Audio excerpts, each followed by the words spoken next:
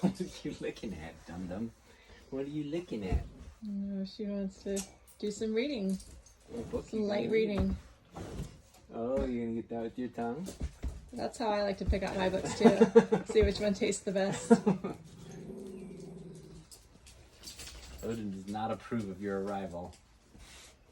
Where are you going, Jenna? You backing up to just step right in here? I feel like that's what's going to happen. You're just gonna plow through any the wall. minute. Are you plowing You're through just the going to wall? step over. I really think she wants to pick out a book. Do you want me to read to you? Here, I'll read you a little of my favorite Frog and Toad. Oh, you want to see this? Watch this. I don't know if she wants to see that. Be careful. Pooh Bear! Aww. You want to see it again? Here. Ah, you can get it to go down. The bear doesn't want to be contained. No!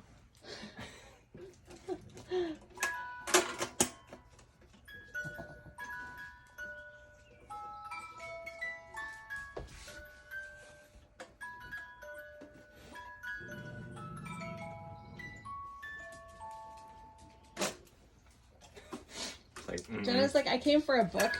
Yeah, You you know, want a you're book? insulting her intellect right You now. want me to read to you? Gosh. Watch out What's for up, her. Watch Bonnie? over the chihuahua.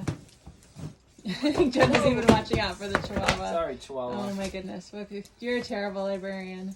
Frog and Toad. Can you see the picture? You like it? Alright, let's read spring. Because it's spring. Jenna, come back. Jenna. Maybe she didn't want you to. She wanted to read herself. Alright. Oh, there she is. There you go. All right. Frog Back. ran up the path to Toad's house. He knocked on the front door. There was no answer. Toad, Toad, shouted Frog. Wake up, it's spring. Blah, said a voice from inside the house. Toad, Toad, cried Frog. The sun is shining. The snow is melting. You just drooled all over me. Wake up. I'm not here, said the voice. Frog walked into the house. It was dark. All the shutters were closed. Toad, where are you? Called Frog. Go away, said the voice. From a corner of the room, Toad was lying in bed. He pulled up all the covers over his head. Frog Watch out, Polly. pushed Toad out of bed. He pushed him out of the house and onto the front porch. Toad blinked in the bright sun. Help, said Toad. I cannot see anything.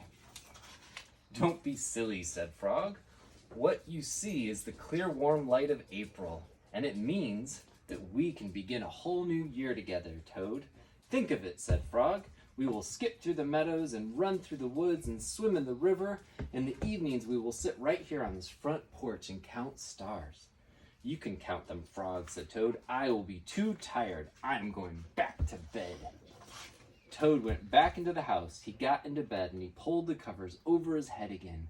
But Toad, cried Frog, you will miss all the fun. Listen, Frog, said Toad. How long have I been asleep?